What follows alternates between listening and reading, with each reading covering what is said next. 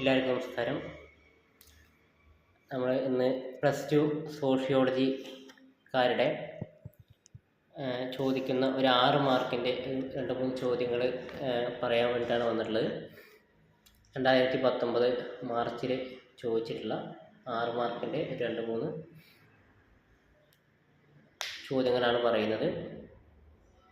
ഒന്നാമത്തെ ചോദ്യം എന്ന് പറയുന്നത്, നമുക്കറിയാം നമ്മൾ സോഷ്യോളജിയിൽ ജാതി വ്യവസ്ഥയെക്കുറിച്ച് പഠിക്കുന്നുണ്ട്. അപ്പോൾ അതിൽ പരമ്പരാഗത ജാതി വ്യവസ്ഥയുടെ ഏതെങ്കിലും 3 സവിശേഷതകൾ ചൂണ്ടിക്കാണിച്ച്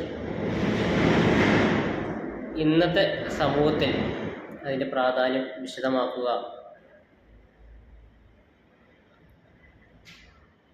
എന്ന് പറഞ്ഞിട്ട് ഒരു ചോദ്യം മാർച്ച് 2019 ചോദിച്ചിട്ടുണ്ട്. 6 മാർക്കിൻ്റെ ചോദ്യമാണത്.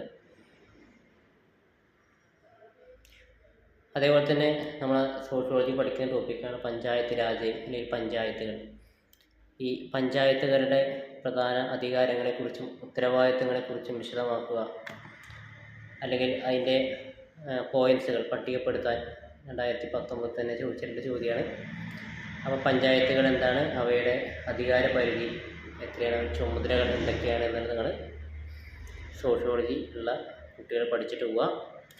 മറ്റൊരു ചോദ്യം എന്ന് പറയുന്നത് ഒരു 8 മാർക്കിൻ്റെ എസ്സേ ചോദ്യമാണ്.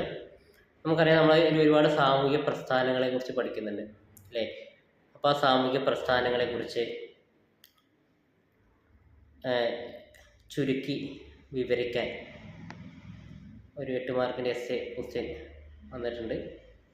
അപ്പോൾ ഈ 3 ചോദ്യങ്ങളും നമ്മൾ കൃത്യമായിട്ട് എന്ത് ചെയ്യുക, പഠിച്ചിട്ട് പോകാം.